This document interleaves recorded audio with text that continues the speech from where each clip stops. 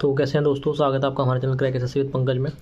तो जैसा कि अभी CHSL 2019 की डेट्स आ गई हैं डीवी की, ठीक है। 10 तारीख से डीवी होने वाला लगभग सभी रीजन में और 31 को ख़त्म हो जाएगा, ठीक है। तो मैं आपको बताता हूँ कि मेरा जब हुआ था 2018 का डीवी, तब एनआर रीजन में हुआ था, ठीक है। तो क्या एक्सपीरियंस रहा था वो उस पर बात करेंगे। एक अपन मेरे अकॉर्डिंग एक्सपेक्टेड कट ऑफ क्या रहेगी, ठीक है, वो मैं लास्ट में बता दूंगा। और एक आपको डॉक्यूमेंट कौन कौन से चाहिए वो उस पर बात करेंगे, ठीक है। तो देखो, सबसे पहले डॉक्यूमेंट की बात करते हैं। तो आपको चाहिए डॉक्यूमेंट, एक तो आपके पास एक आईडी होनी चाहिए, ओरिजिनल आईडी, ठीक है, प्लस 10वीं की मार्कशीट, 12th की मार्कशीट, या फिर आपने कोई डिप्लोमा वगैरह करा है तो उसकी मार्कशीट लगेगी ओरिजिनल, ठीक है। कभी कभी डीवी में आपके हाईएस्ट डिग्री मांगते हैं, जैसे एनआर वाले पिछली बार जो आपने डिग्री कर रखी है, ग्रेजुएशन कर रखी है, वो भी उन लोगों ने मांगा था, ठीक है। तो वो लोग चेक नहीं करते उस चीज़ को, लेकिन वो मांगते हैं, ठीक है। एक फिर ये अपनों को ये 3 तो एजुकेशन क्वालिफिकेशन चाहिएंगी। फिर अगर आप किसी कैटेगरी से बिलोंग करते हैं तो उस कैटेगरी का सर्टिफिकेट आपको लगेगा, 5 फ़ोटो लगेंगे, ठीक है। और 5 वैसे यूज़ नहीं आते, यूज़ वहाँ पे 2 ही आते हैं, लेकिन फिर भी आप बैकअप के लिए 5 फ़ोटो लेके जाना, ठीक है। तो ये 3-4 डॉक्यूमेंट लगेंगे और इन सब की एक एक कॉपी, मतलब 2-2 कॉपी लेके जाना, वहाँ पे एक एक कॉपी सबमिट हो जाती है, ठीक है। तो क्या क्या चाहिए, एक तो आपका ओरिजिनल आईडी, आधार, पैन कार्ड, कुछ भी, ठीक है। दूसरा आपका 10th और 12th का मार्कशीट, ठीक है। फिर अगर 10th और 12th में अगर आपका सर्टिफिकेट आता है अलग से, ठीक है, जैसे किसी किसी मार्कशीट में सर्टिफिकेट और मार्कशीट एक ही होता है और किसी किसी में अलग से आता है, ठीक है। तो वो सर्टिफिकेट अलग से आता होगा, तो वो अगर आप 10th आपने CBSE से करी है तो एक बड़ी सी मार्कशीट आती है, ठीक है, वो उसी को सर्टिफिकेट माना जाता है, सर्टिफिकेट और मार्कशीट, ठीक है। और CBSE में 12th में एक अलग से सर्टिफिकेट आता है और बाकी स्टेट बोर्ड का भी अलग से सर्टिफिकेट आता है, ठीक है।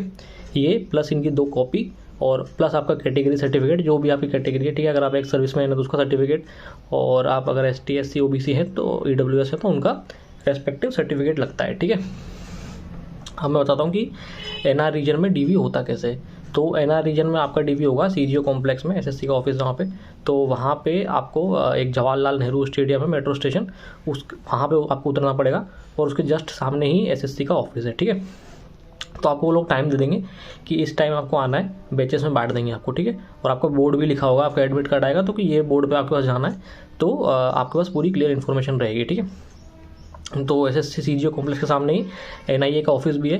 तो जो NIA के फ़ैन वगैरह हैं तो उनको NIA का ऑफिस देखने को मिल जाएगा वहाँ पे, ठीक है। फिर क्या करते हैं कि आप ना अपना एडमिट कार्ड दिखा के बाहर एक वो खड़े रहते हैं, ठीक है, मतलब CISF के जवान खड़े रहते हैं, उनको कार्ड दिखाइए, वो आपको अंदर बिठा देंगे, अंदर ले जाएंगे, ठीक है। फिर आप अंदर जाएंगे तो जिस भी गेट नंबर पे आपको बुलाया है, ठीक है, वहाँ पे चेयर्स लगी रहेंगी। तो चेयर्स पे आप बैठ जाएंगे, ठीक है। वहाँ पे डॉक्यूमेंट की लिस्ट होगी, उसमें लिखा होगा कि इस तरीके से आप इनको अरेंज कर लीजिए, ठीक है। मतलब कि जैसे कि मतलब पहले 10th की मार्कशीट, फिर 12th की, जो भी उनका है प्रेफरेंस, वो उस हिसाब से अरेंज करवा देंगे, ठीक है। फिर आपको एक एक करके ऊपर बुलाया जाएगा, आपका नंबर लगेगा, नीचे एक आपके एक स्टाफ अवेलेबल होगा, ठीक है। वो आपको बोलेंगे कि अभी इसका नंबर है, अभी इसका नंबर है। तो फिर आपको ऊपर 2nd फ्लोर पे बुलाया जाएगा, ठीक है। 2nd फ्लोर पे एक बहुत बड़ा सा हॉल है, ठीक है। तो उस हॉल में आपको बिठा देंगे एक साथ काफ़ी सारे बच्चों को, और फिर आपको एक फॉर्म दिया जाएगा वहीं पे, जिसमें आपको अपनी बेसिक डिटेल्स वगैरह भरनी है, ठीक है। अगर आपको एड्रेस चेंज कराना है तो उसी फॉर्म में आपको उनको बताना पड़ेगा कि भाई मुझे मेरा एड्रेस उस टाइम अलग था और अभी मेरा एड्रेस अलग है, और उसका प्रूफ लगा देंगे, ठीक है। फिर क्या होगा कि वहाँ पे बहुत सारा स्टाफ अवेलेबल होता है, ठीक है, 15-20 मतलब ऐसे काउंटर बने होते हैं। हर एक काउंटर पे एक तो डॉक्यूमेंट वेरीफायर बैठा होता है और एक डेटा एंट्री ऑपरेटर बैठा होता है, ठीक है। डेटा एंट्री ऑपरेटर आपका प्रेफरेंस भरेगा और जो आप हैं डॉक्यूमेंट वेरीफायर है, वो आपके डॉक्यूमेंट वेरीफाई करेगा, ठीक है। तो आपको एक प्रेफरेंस फॉर्म अपलोड हो जाएगा, तो वो प्रेफरेंस फॉर्म अपलोड घर से ही भर के जाना है, ठीक है। घर से ही भर के और 2-3 प्रेफरेंस फॉर्म ले आना, जिससे कि कोई छोटी मोटी गलती हो तो आप वहाँ पे अगर चाहें तो चेंज कर सके, ठीक है।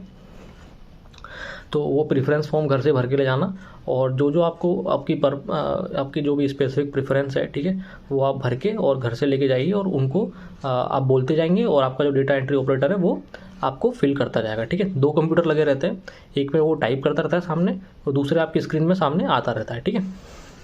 तो आपसे पूछता रहेगा कि भाई जो भरा है सही भरा है, जो भरा है सही भरा है, तो उसको बता देना कि अगर कुछ गलती से इधर उधर प्रेफरेंस अगर हो जाती है तो उसको बोल दो कि नहीं सर, इस वाले में गलत हो गया, तो आप चेंज करके वापस दूसरी भर दो, ठीक है। तो वहीं भर देंगे, तो काफ़ी कोऑपरेटिव होता है, कोई इशू नहीं आएगा। मोस्टली आपका 1 से 2 घंटे में आपका डीवी बहुत ईजिली ख़त्म हो जाएगा, ठीक है। और आपके उस पर लिखा आ जाएगा कि अगर आपका कंफर्म डीवी हो गया है तो सी लिखा आ जाएगा, और अगर कोई इशू कारण हेल्ड विद हेल्ड कर देते हैं तो डब्ल्यू लिखा आ जाता है, ठीक है।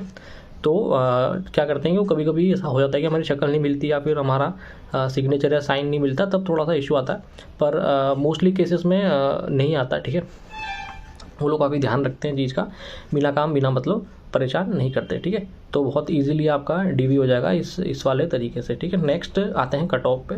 तो कट ऑफ देखो, मुझे जहाँ तक लग रहा है ना कि इस बार EWS से काफ़ी लड़के सेलेक्ट किए हैं, और जो जनरल के हैं तो जनरल की 2300 वैकेंसी हैं लगभग, और लगभग उतने ही लड़के सेलेक्ट किए हैं, ठीक है। तो इसमें से जनरल वालों में से लगभग 700-800 बच्चे हट जाएंगे, ठीक है, मतलब इतना हर साल होता है वो, और फाइनल सेलेक्ट इतने ही होंगे, 1500-1600 फाइनल सेलेक्ट होंगे।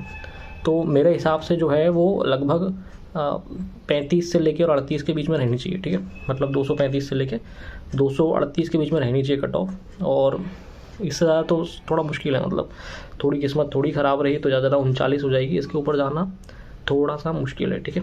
तो इसकी ऊपर अगर आप आ रहे हो तो मेरे हिसाब से तो सेफ़ है, लेकिन यार क्या CHSL में ना कट ऑफ पे कमेंट करना बहुत मुश्किल है। सब अपना वही ज्ञान लगा देते हैं कि जो भी प्री की गई है +80 या फिर +79 लगभग सब उसी से करते हैं, ठीक है। तो थोड़ा सा अनएक्सपेक्टेड होता है, तो मेरी मानो तो अभी से इस चक्कर में मत पड़ो, अभी तो अपने DV करा के आओ बढ़िया, ठीक है।